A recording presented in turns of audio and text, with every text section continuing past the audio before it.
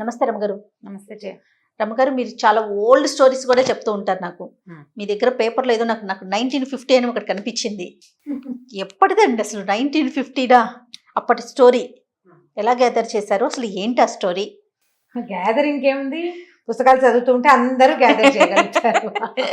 Regular dialogue అంతే, gather చేయాలి. చదువుతూ ఉంటే తెలుస్తుంది మనకి. 50లో పుస్తకాలు, 60లో అన్నీ దొరుకుతాయి. ఆన్లైన్ దొరుకుతూనే ఉన్నాయి, విడిగా కూడా పాత పుస్తకాలు దొరుకుతాయి. సంపాదించవచ్చు. మనం చదివే ఉద్దేశం ఉండాలి, అది జ్ఞాపకం పెట్టుకుని ప్రజెంట్ చేసే ఆలోచన ఉండాలి. ఇది కూడా ప్రధానం. అది ప్రధానం. ఇప్పుడు మనకు అవసరం కదా. అవును, మనం అవసరంగా చేస్తున్నాం కాబట్టి. మీరు ఎట్లా రమగారు, నెట్ లో బ్రౌజ్ చేస్తారా లేకుంటే ఎక్కడి నుంచి ఎవరైనా మీకు పంపిస్తూ ఉంటారు? ఎట్లా? నా దగ్గర వెబ్సైట్లు ఉన్నాయి, కొన్ని పుస్తకాలు చాలా ఉన్నాయి. నేను ప్రతి 4 నెలలకి వెళ్ళిపోయి నవోదయ, నవయుగ అక్కడికి ఇక్కడికి వెళ్ళి ఓ 3-4 వేల రూపాయల పుస్తకాలు, కథల పుస్తకాలు తెచ్చుకుంటాను. ఇది వరకు కోటి బయట తిరుగుతూ ఉంటే పుస్తకాలు కనపడినప్పుడల్లా తెచ్చుకునేదాన్ని. చందమామలు ఒక సంవత్సరం ఫుల్ ఎడిషన్స్ 12 పుస్తకాలు బౌండ్ చేసిన పుస్తకాలు కొన్ని దొరుకుతూ ఉంటాయి. మాకు బాగా తెలిసిన ఒక ఆయన ఫ్రెండ్ దగ్గర ఉన్నాయని కొన్ని పుస్తకాలు ఇప్పించారు. ఒక కీటిపాటిలో ఒక అమ్మాయి ఫ్రెండ్ అయింది. అమ్మాయి తన దగ్గర ఒక 67దో ఎప్పటిదో ఆ పిల్లగా, అది వాళ్ళ నాన్నగారు పెళ్ళయిందేమో అప్పటిది, చాలా చిన్న పిల్ల. ఆ అమ్మాయి అప్పటి పుస్తకం ఒక బౌండ్ 12 పుస్తకాలు ఉన్నది, 9 పుస్తకాలు ఉన్నదో ఇచ్చింది నాకు. అందులో కథలు కూడా చెప్పాను నేను. సంపాదించాలి అంతే, వాటి కోసం ట్రై చేయాలి. అవి కాకుండా ఇప్పుడు కొన్ని కథలు, ఇప్పుడు నేను కొన్ని గ్రూప్స్లో ఉన్నాను, కథలు వస్తుంటాయా, ఈ కథ చదివితే పాత కథ ఒకటి గుర్తొస్తుంది నాకు. అందులో గ్రూపులో నేను చదివిన కథ ఒక్కటి కూడా చెప్పాలి ఇప్పటిదాకా నేను. ఓకే, ఒకటి కూడా చెప్పాలి. దానికి రిలవెంట్గా ఉన్న స్టోరీ, దానికి రిలేటెడ్ కాస్త దగ్గరగా ఉన్న కథ, ఇంచుమించుగా ఇలాంటి కథ ఎప్పుడో చదివానికి కొంచెం ఆలోచించుకుంటూ ఉంటే మెల్లిగా గుర్తొస్తుంది. అదే నేను చెప్పాను, నేను పాలగిని కూడా మర్చిపోతా పొయ్యి మీద్ది. స్టోరీస్ ఎందుకో ఇవి గుర్తుంటాయి. ఎందుకు గుర్తుంటాయి? ఇంట్లో ఎవరైనా ఉన్నారా రమ్మగారు, ఫ్యామిలీలో అక్క వాళ్ళు కానీ ఎవరైనా? ఇంట్లో అందరూ కథాగత ప్రాణులే. మేమంతా పుస్తకాలు పిచ్చివాళ్ళు కదా. ఏదో ఒక కథ, ఇప్పుడు నాకు గుర్తు రాపోయిన కథ అయినా నేను మా పెద్దకైనా మా వసంతకో ఫోన్ చేస్తాను. అట్లా ఒక కథ చదివేవాళ్ళం కదా, అది ఏమిటి అని ఆవిడ చెప్పేస్తారు. చెప్తే ఏదో కాస్త ఇద్దరం కలిసి కొంచెం ఆలోచించుకుని తర్వాత ముందు వెనక ఒక గంట మాట్లాడుకున్నాక ఎక్కడో చోట చటుకుని తగదు. నాకు కాకరకాయ కూర కథ అలాగే గుర్తొచ్చింది నాకు.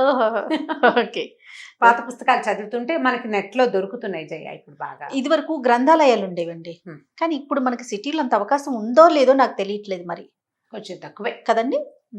ఉన్నాయి కానీ చాలా తక్కువ. చక్కగా అక్కడికి వెళ్ళి చదువుకునే అవకాశం ఉండేది. పేపర్ దగ్గర నుంచి అన్ని బుక్స్, పేపర్లు అన్నీ ఉండేవి. కాస్త ఇప్పుడు అవకాశాలు కాస్త తక్కువ ఉన్నాయి. సొంత లైబ్రరీలే ఉన్నాయి జయ. నా దగ్గర చాలా పుస్తకాలు ఉన్నాయి. మా వసంత దగ్గర దాదాపు ఒక 3-4 వేల రూపాయల పుస్తకాలు, 3-4 వేల పుస్తకాలు, రూపాయలు కాదు, వేల పుస్తకాలే ఉన్నాయి. మీ దగ్గర ఎన్ని ఉంటాయండి? నా దగ్గర కూడా ఉన్నాయి, దాదాపుగా ఒక 2000 చిల్లర ఉన్నాయి. ఒకసారి మీ బుక్స్ అన్ని చూపించాలి రామ్ గారు. అందులో బుజ్జివి, చిన్నవి, పెద్దవి, రకరకాలు, వాళ్ళవి వీళ్ళవి చాలా ఉన్నాయి. మా వసంత దగ్గర అయితే విశ్వనాథ్ సత్యనారాయణ గారి ఫుల్ సెట్, ఎండమూరి వీరేంద్రనాథ్ గారి ఫుల్ సెట్, తర్వాత కొడవగట్టి కుటుంబరావు గారి ఫుల్ సెట్, అవన్నీ నా ఫేవరెట్లు కూడా. నేను తనతో కొనిపించిన పుస్తకాలు కూడా బోల్డ్ ఉంటాయి. అక్క కదా, ఇంకా వెంటనే మీరు అదే బీనాదేవి గారు, అట్లా కొంతమంది రైటర్స్. మా ఇంట్లో కూడా మా అన్నయ్య కూడా అలాగే కొనేవాడు. ఇప్పుడంటే ఇవి చిన్న కథలు చెప్పుకుంటున్నాం కదా, మా ఇంట్లో నావెల్సే విపరీతంగా. మల్లాది వెంకటకృష్ణమూర్తి గారి ఈచ్ అండ్ ఎవ్రీ బుక్ కొనుక్కునేవాళ్ళం మేము. అవి కాకుండా పాత కెరటాలు అంటే ఇంగ్లీష్ బుక్స్ ని ట్రాన్స్లేట్ చేసిన పుస్తకాలు ఇది వరకు ఉండేవి. నండూరి రామ్మోహన్ రావు గారు చేసినవి, మార్క్ ట్వైన్వి, ఇవి ఏమంటారంటే హకల్బెరీ ఫిన్, టామ్ సాయర్, టామ్ మామ ఇల్లు, అలాంటి పుస్తకాలు కూడా. చెంఘీజ్ ఖాను, తైమూర్ ఖాను, ఇలాంటి పుస్తకాలు. తర్వాత ఏమో మన కొమ్మనాపల్లి గణపతిరావు గారు, ఆయన పుస్తకాలు కూడా కొన్ని ఇష్టం నాకు. మధుబాబు గారు హాట్ ఫేవరెట్. అందులో కథల్లో ఆయన రాసిన రాజుల కథల్లో చాలా కథలు మనకి చందమామ కథల్లో రిలవెంట్ గా కనపడతాయి. ఇప్పుడు ఆ నావెల్ చదివాను అనుకో, ఆ కథ చిన్న కథ ఒకటి జ్ఞాపకం వస్తుంది. సో చదవటం ఒక ఎత్తు అయితే, ప్రెజెంటేషన్ ఇంక అసలు మాటల్లో చెప్పక్కర్లా. కానీ నేను మిమ్మల్ని అబ్జర్వ్ చేసిన దగ్గర నుంచి, మన మామ్ స్టార్ట్ అయ్యే దగ్గర నుంచి, మీరు స్టోరీ చెప్పేప్పటికన్నా కూడా స్టోరీ గురించి చెప్తా చూసారా. ఇప్పుడు నేను అడిగాను ఎలాంటి బుక్స్ ఉన్నాయండి, ఎంత హ్యాపీగా ఫీల్ అవుతారో రఘు గారు. ఆనందం. అంటే ఎక్కువ చదివే వాళ్ళు దాని గురించి చెప్పేటప్పుడు ఉండే సంతోషం వేరుగా ఉంటుంది. అవును. ఇప్పుడు నేను ఒక కథల గ్రూప్ లో ఉన్నా, ఒక్కనాడు కూడా అందులో కామెంట్ పెట్టను, కానీ ఈచ్ అండ్ ఎవ్రీ స్టోరీ నేను భలే ఎంజాయ్ చేస్తాను. కొత్త రచయితలు చాలా మంది ఉన్నారు. ప్రత్యక్ష పరిచయం లేకపోయినా గ్రూప్ లో చదివేందుకు చాలా మంచి అవకాశం అది. మంచి రైటర్లు, చక్కటి భావాలు, పాతకాలపు భావాలని కొత్తగా ప్రజెంట్ చేయటము. కానీ ప్రతి వాళ్ళకి ఎలా ఉంటుందంటే జయ, అంటే మనకు కూడా జీవితం బొమ్మరిల్లు లాంటి లైఫ్ స్టైల్ కావాలి. ఒక మంచి కుటుంబం మనకి లేదు, వాళ్ళు ఎవరికో ఉంది, వాళ్ళని కలవటం ఎంత బాగుందో జీవితం అని భావించటం, ఎవరింటికైనా వెళ్తే వాళ్ళ ఇంట్లో మంచి మానవ సంబంధాలు బాగుంటే వాటిని చూసి సంతోషించటం. ఇప్పుడు ఆ ట్రెండ్ భలే కనపడుతుంది జయ. మంచిదే కదా. మంచి ఇప్పుడు చూడు యూట్యూబ్లో ఇప్పుడు మనం అంటే ఇది ఒక ఛానల్ కదా మనది, ఆ. నేను ఛానల్లో పనిచేస్తాను, నా ఇల్లు బాకిలి నేనేం చూపించట్లేదు, అవును. కానీ చాలా మంది యూట్యూబర్స్ నా నగలు, మా ఇల్లు, నా వంటి, నా చీరలు. నా చీరలు, నేను వాడే క్రీములు, నేను మళ్ళా మా ఇంట్లో కుక్క పిల్ల, నేను పెట్టిన మొక్కలు, ఎన్ని లక్షల వ్యూస్ వస్తాయో జయ. అవును. అంటే కనెక్ట్ అయిపోతున్నారా Connect పబ్లిక్ కి? అంతే కదా రమ్మగారు. అదే ప్రతి వాళ్ళకి ఏంటంటే అట్లా అద్భుతంగా ఉన్న విషయం చాలా ఎంత బాగుందో అవి చూడాలని ఉంటుంది. కథలు కూడా అలాగే కోరుకుంటాను జయ మనం. అవునండి. హ్యాపీ ఎండింగ్ కథలు మనకి ఇష్టం చూడు కదా, హ్యాపీ ఎండింగే కావాలి అంతే. నన్ను ఇప్పుడు చాలా మంది అడుగుతారు, మీ హోమ్ టూర్ చేయండి, అవును. నా వంట పాత్రలు చూపించాలి, నా హోమ్ టూర్ చూపిస్తే కోట్లలో వచ్చేస్తాయి మనకి వ్యూస్, అది కావాలి. చాలా ఆసక్తిగా ఉంటారు జనాలు. ఎందుకంటే ఇప్పుడు బాగా కథలు చెప్తారు, అమ్మగారు వాళ్ళు ఎంత బాగా పెట్టుకుంటారు, అవన్నీ చూడాలని అంటే ఒకరిని ఫాలో అయ్యేటప్పుడు పూర్తిగా తెలుసుకోవాలన్న ఒక ఆలోచన ఉంటుంది రమ్మగారు. దాని మీద ఇష్టం చూపిస్తారు. అదే దాంట్లో ఏంటంటే నాకేమో పుస్తకాల మీదే ఆసక్తి. ఒక రైటర్ కథ నచ్చితే వాళ్ళవి మిగిలిన కథలు వెతుక్కుని చదవాలనుకుంటాను నేను. నా గోల్ అదనమాట. అది ఎవరి గోల్ వాళ్ళది కదా, వాళ్ళు చూసేదే అనిపిస్తుంది. మన జగన్ గురూజీతో మనం రెగ్యులర్ గా చేస్తూ ఉంటాం కదా, ఆయన ఇంటర్వ్యూ చేసినప్పుడు ఆయన ఒక మాట చెప్పారు, చాలా అద్భుతమైన పని చేస్తున్నారమ్మా మీరు మామ్ ద్వారా. రమారావి గారి స్టోరీస్ నేను కూడా ఫాలో అవుతాను, మీ ఇంటర్వ్యూస్ అన్ని చూస్తాను, అవి చూసి నాకు తెలియని విషయాలు నేను కూడా నేర్చుకునే ప్రయత్నం చేస్తూ ఉంటాను. అంత పెద్ద ఆయన అంటే స్టోరీకి ఉన్న ఇంపార్టెన్స్ అది. తల్లి పిల్లలకి సంబంధించిన రిలేషన్ లో ప్రతి తల్లి స్టోరీ చెప్పాలి అనే కోణంలో ఈ విషయం చెప్పారనమాట. అలా విన్నప్పుడు చాలా ఆనందం అనిపిస్తుంది ఈ రమ్మగారు నాకు కూడా. ఎందుకంటే ఒక మంచి ప్రోగ్రామ్ చేస్తున్నాం, పబ్లిక్ ఉపయోగపడే ఒక మంచి కాన్సెప్ట్ మనం అందిస్తున్నాం కదా. ఎస్, అందిస్తున్నామన్న ఒక ఆలోచన. ఎందుకంటే ఇందులో ఉన్న బెస్ట్ థింగ్ ఏంటంటే రిలేషనే, అంతే, ఓన్లీ రిలేషన్, అంతే. మనం దాన్ని గౌరవించాలి కదా. 100% అండి, అయితే సంస్కృతి సాంప్రదాయం. రైట్, కథలోకి వచ్చేద్దాం. 50s లో కథ. ఒక ఊళ్ళో గురవయ్య శెట్టి గారని ఒక ఆయన ఉన్నాడు. ఈయన ఏంటంటే షాప్ ఒకటి ఉంది, కిరాణా కొట్టు, మంచి సంపాదన పరుడు, తాతల నాటి కొట్టు, బాగా ఇల్లు వాకిలి అన్నీ బ్రహ్మాండంగా ఉన్నాయి. ఇంకేంటంటే దానాలు ఇవి పెద్ద ఆసక్తి ఉండదు. దానం చేస్తే ఏముంది, దానం చేయడానికైనా సంపాదించాం, పొద్దు నుంచి కొట్లో కూర్చున్నా, ఓ 50 రూపాయలు 30 రూపాయలు వచ్చింది. ఓ బ్రాహ్మడికి ఓ 100 రూపాయలు దానం చేస్తే 2 రోజులు సంపాదన దానం చేసినట్టు కాదు. అంతే. దీనికి సంపాదించేది, కష్టపడి సంపాదించేది ఎందుకు, దాచుకోవడానికి, దానానికి కాదు. అలాంటి భావాలు తీవ్రంగా ఉండేవన్నమాట ఆయనకి. మామూలుగా మనం జనరల్ భావన ఎలా ఉంటుంది, ఓ 100 సంపాదిస్తే కనీసం 10% దానం చేయాలి.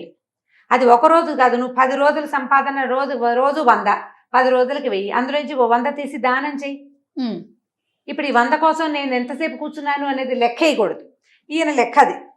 ఓసారి ఏమైందట, వాళ్ళ ఇంట్లో ఈ కిరాణా కొట్టు కదా, ఇంటిని ఆనుకునే బయటికి కొట్టు, చిట్టెలుకలు ఎక్కువ తిరుగుతూ ఉంటాయి కిరాణా కొట్లలో, సామాన్ల మధ్యలో. మన ఇప్పటి మధ్య సూపర్ మార్కెట్లలో కూడా కనిపిస్తున్నాయి, ఎలుక పిల్లలు పరిగెత్తుకుంటూ ఉంటాయి. ఈ పెద్ద ఎలుకలు ఏదో ఒక పిల్లల్ని పెట్టేస్తాయి ఒక మూల చేరి, అవి ఇంత బుజ్జిబుజ్జిగా ఉంటాయి, కొంచెం 4 రోజులపై కాస్త పెరుగుతాయి, సామాన్లు తిరుగుతూనే ఉంటాయి.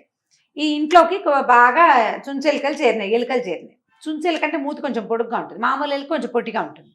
అయితే ఈ ఎలుకల కోసం పిల్లి ఒకటి తిరుగుతోంది. ఒక వారం 10 రోజులు తిరిగి మొత్తం అన్నీ తినేసింది. ఎలుకలు అయిపోయాక ఎలుకలు ఏం చేస్తాయంటే, పిల్లి మెసులుతూ ఉంటే అక్కడ మసులుతోంది అనుకో, పిల్లి తిరుగుతోంది, ఎలుకలు రావడం మానేస్తాయి, ఇంకో ఇల్లు చూసుకుంటాయి అవి. వాటి ప్లాన్ అది. అదే ఇప్పుడు ఈ పిల్లికి ఎలుకలు అయిపోయాక దానికి తిండేమిటి, ఇల్లు అలవాటైంది, అది ఇంకో చోటికి పోదు, ఇక్కడిక్కడే తిరుగుతుంటుంది. అందుకని అది అదును కోసం చూస్తూ ఉంటుంది. ఈ శెట్టి గారి భార్య ఏం చేసింది, ఆ కాలంలో ఏం చేసేవాళ్ళు అంటే పాలు అవి ఉట్లు మీద పెట్టుకునేవాళ్ళు, ఉట్టి వేళ్లాడుతూ ఉంటుంది, పైన ఎత్తుగా ఉంటుంది, గాలి తగులుతూ ఉంటుంది. కానీ పిల్లికి కుక్కలకి వాటికి అందదు, పిల్లలు కూడా తన్నీరు. ఇప్పట్లాగా మనలాగా అల్మర్లు పాడు ఏముండేవి, అప్పట్లో వేళ్లాడేవి పెట్టుకునేవాళ్ళు. ఉట్లలో రకరకాల పాలు పెరుగు ఒకదాని మీద ఒకటి, నేతికి ఒక ఉట్టి అలా పెట్టేవాళ్ళు. ఈవిడ ఉట్లో పెట్టకుండా గిన్నె కింద పెట్టింది. ఈ పిల్లేమో ఆ పాలల్లో మూతి పెట్టడానికి పాల గిన్నె దగ్గరికి వెళ్ళేసరికి ఈయన ఏం చేశాడు, ఈ కొట్లో దికాణంలో కూర్చుని ఆలోచిస్తున్నాడు. పిల్లి కనపడింది. అమ్మో పాల గిన్నె ముట్టేసుకుంటుంది, ఏమే ఎక్కడ తెచ్చావని పెళ్ళాన్ని తిట్టుతూ చేతిలో వీసిరాయలు ఉంటాయి కదా, తూచే రాళ్ళు, తూనికి రాళ్ళు, ఆ రాయి ఒకటి విసిరాడు దాని మీదకి. విసిరాడు, తగులుతుందని అనుకోలేదు, కానీ తగిలింది, పిల్లి చచ్చింది. గట్టిగా తగిలేసింది పిల్లికి. విసిరాయి అంటే బాగా ఆ, ఉంటుంది కదా బరువు ఉంటుంది మరి. కదా. ఆ తగలటం వేరే మంది పిల్లి ఢామని పడిపోయింది. అంతే సంగతులు. ఓ నిమిషం పోయాక చూశాడు, లేచి వెళ్తే అది లేచాడల అక్కడే పడిపోయింది. అయ్యో తీరొచ్చి చచ్చిపోయింది. ఈయనకి గుండెల్లో రైళ్లు పరిగెత్తేసినాయి. పిల్లిని చంపకూడదు, మహాపాపం. అవునట. పిల్లి చంపిన పాపాన్ని పోగొట్టుకోలేం. ఏం చేయాలి ఇప్పుడు? సరే ఏం చేశాడు, ఎవరినైనా అడగాలి. బయటకు వచ్చాడు. ఈ గుళ్ళో పూజారి ఒక ఆయన పురోహితుడు కనపడ్డాడు. ఏమండి అయ్యగారు బాగున్నారా, ఏదో పలకరించాడు. పిల్లిని చంపితే పాపానికి ఏం పరిహారం అండి శాస్త్రులు గారు అని అడిగాడు. శాస్త్రులు గారు ఏముంది నాయన, పిల్లి ఎంత బరువు ఉందో అంత బరువు బంగారు పిల్లిని చేసిస్తే సరే అన్నాడు. బంగారు పిల్లే? ఓ నాయన, ఈయన పావలా కూడా దానం చేయడు. సరే అది కాదండి, అంత పెట్టుకోలేరండి వాళ్ళు, ఇంకోటి చెప్పండి అన్నాడు. పోనీ బంగారం కాకపోతే వెండి. వెండి మాత్రం ఊరికే వచ్చింది కాదు, అది కూడా కాదండి అని. ఇత్తడి కంచు ఇవి కాదు, ఇంకేదైనా సులువుగా చెప్పండి అంటే ఏముంది నాయన, మరి వాటికి ఏమంటారు, మోయిన్ ఇస్తారు కదా మనకి స్వయం పాకం. ఒక బ్రాహ్మడికి స్వయం పాకం ఇస్తే సరే. అయితే ఈయన అన్నాడు, గురవయ్య గారు అడిగాడు, అదేంటండి బంగారపు పిల్లిని చేయవలసిన దాన్ని స్వయం పాకంతో సరిపోతుందా అంటే, ఏం చేస్తాను నాయన, సూక్ష్మాల్లో మోక్షం. పిల్లిని ఇస్తే ఒక రకం, అన్నం పెడితే ఇది పెడితే ఎలాగా అంటే సరిపోతుంది నాయన. ఇప్పుడు నువ్వు ఇది ఇచ్చావనుకో, ఏది మోయిని ఇస్తావు, స్వయం పాకం ఇస్తావు, ఇస్తే నీ పాపం బ్రాహ్మడికి సంక్రమిస్తుంది. అంటే నాకు అంటే నేనేనండి అని చెప్పాడు. అయితే సరే నువ్వు ఇవ్వు నాకు స్వయం పాకం, నువ్వు నాకు స్వయం పాకం ఇస్తే నీ పాపం నాకు సంక్రమిస్తుంది, నా పాపం నేను జపం చేసుకుని పోగొట్టుకోవాలి. బ్రాహ్మడికి జపం చేసుకుని పాపాన్ని పోగొట్టుకునే అవకాశం పెట్టాడు బ్రహ్మ. అలాగే చేస్తారు.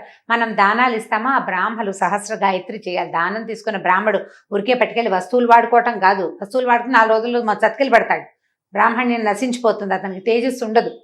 అందుకని వాళ్ళు గాయత్రి ఎక్కువ చేసుకుంటారు. దానికి పరిహార జపం చేసుకుని తీరాలి. దానాలు పట్టే వాళ్ళందరూ చేసే పనే చెప్పాడు. చెప్పేసరికల్లా అప్పుడు ఈయన ఆలోచించుకున్నాడు, ఏమేమి ఇవ్వాలి ఇదంటే స్వయం పాకం అంటే ఏమి ఇవ్వాలి. ఓ 2 వీసలు బియ్యం, అక్కడి నుంచి ఓ అంత ఆరవేసాడు చింతపండు, ఓ పావు వీసే మిరపకాయలు, ఓ వీసెడు ఉప్పు, మరి ఓ కూర, తోటకూర, ఓ సొరకాయ ముక్క లేదా ఒక గుమ్మడికాయ, మరి తర్వాత ఇంకా ఈ చింతపండు అవి కాకుండా ఇంకా ఇవ్వాల్సిన తీపి పదార్థం ఒక బెల్లం ముక్క, అంత బెల్లం. ఆలోచించుకున్నాడు. లెక్క పెట్టుకుని, అమ్మో స్వయం పాకానికి కూడా ₹1/2 లేనిదే ఈ పని అవ్వదు. ₹1/2 ఖర్చు ఊరికే వచ్చిందా ₹1/2.